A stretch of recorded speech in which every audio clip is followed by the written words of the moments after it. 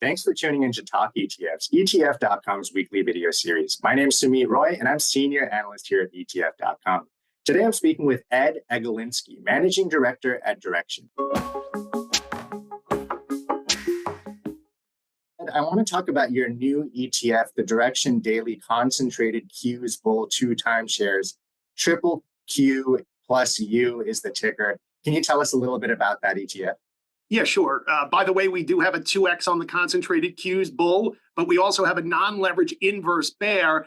The symbol there is the triple Q, but a D instead of up, aptly named for inverse down.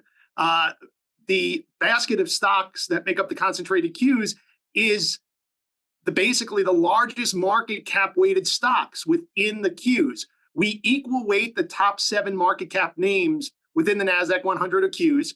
Right now, that consists of the Magnificent Seven that everybody's aware of, but that could change over time based on the market cap weightings changing within the Qs. So, Ed, whenever I think about leveraged tech ETFs, I think to your other fund, the Direxion Daily Technology Bull 3 timeshares. TECL is the symbol on that one, TECL. And another popular one is the ProShares UltraPro QQQs, TQQQ. How should investors decide which one of these ETFs to buy? Well, for one, they're probably comparable betas when you're looking at them in terms of the volatility. There's a different composition of stocks. But when you're comparing, let's say, TECL or TQQQ, those are triple leverage. Our bull fund is 2x. So the leverage point is lower in terms of our ETF. And on the inverse side, it's a non-leveraged inverse. So it's a minus 1x. Now, in regards to the differences between TECL, keep in mind, TECL is tracking a pure tech index.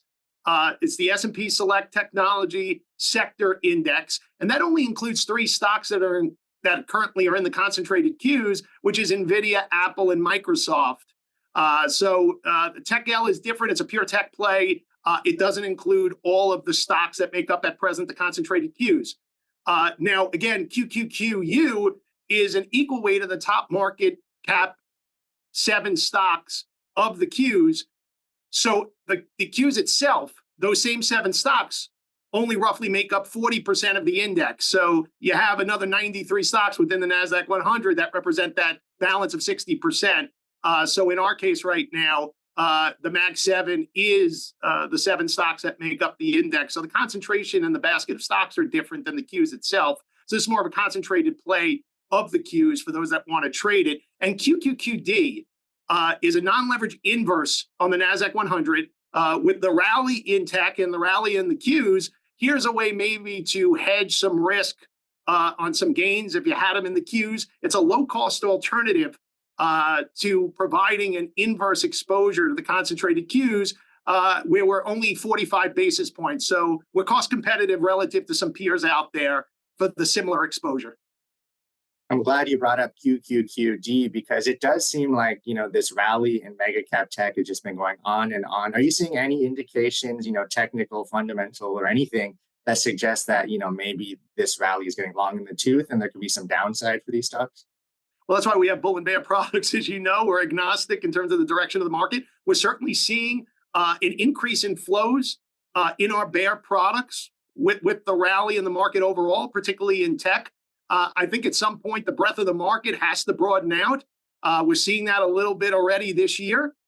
And what it's showing right now also is you might have to be a little more selective with the Mag 7, for example. Apple and Tesla have not participated this year in the upward move. It's more like the Mag 4 or 5 this year, if you throw in Google there as well. And we do see some activity. We have a suite of leverage and inverse single stock ETFs consisting of 6 of the Magnificent 7. The only one we don't have is Meta within that lineup. And right now we're seeing significant flows in the non-leverage inverse Apple, AAPD, and Tesla, the non-leverage inverse there, TSLS, as a result of some of the downward pressure in both of those stocks.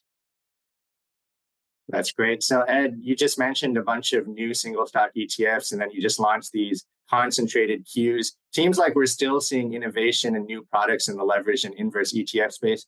Do you think we're going to continue to see new funds come out? Do you have plans for crypto, leveraged ETFs, by any chance?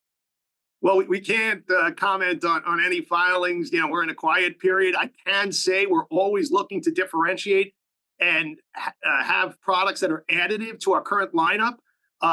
We just launched QQQU and QQQD, but a month before, we launched the 2X Bull on the MSCI Emerging Markets ex-China, and that symbol's XXCH. So we continue to bring innovative and, most importantly, differentiating products to the market that'll be additive, not just to our lineup, but relative to the ETF ecosystem in general. Well, we're going to have to leave it there. Ed, it's been a pleasure. Thanks so much for your time. Have a good day.